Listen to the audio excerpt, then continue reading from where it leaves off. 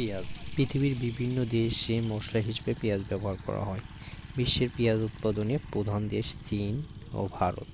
তৃতীয় বাংলাদেশ। ভারতের সবথেকে বেশি পেঁয়াজ উৎপন্ন হয় মহারাষ্ট্রের নাসিকে। ঠিক তেমনি বাংলাদেশের সবচেয়ে বেশি পেঁয়াজ উৎপন্ন হয় পাবনা জেলায়।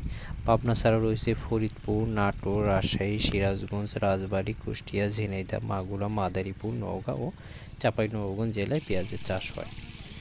বর্তমানে বাংলাদেশে প্রায় 34 লক্ষ মেট্রিক টন পেঁয়াজের চাহিদা রয়েছে।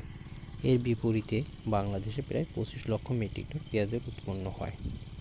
বাকি অংশটুকু বাংলাদেশ বিভিন্ন দেশ থেকে আমদানি করে থাকে।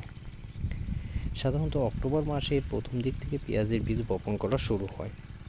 এর প্রেক্ষিতে বাংলাদেশের বিভিন্ন জেলার মতো পাবনা জেলার চাষিরা পেঁয়াজের বীজ বপনের জন্য ব্যস্ত সময় পার করছেন।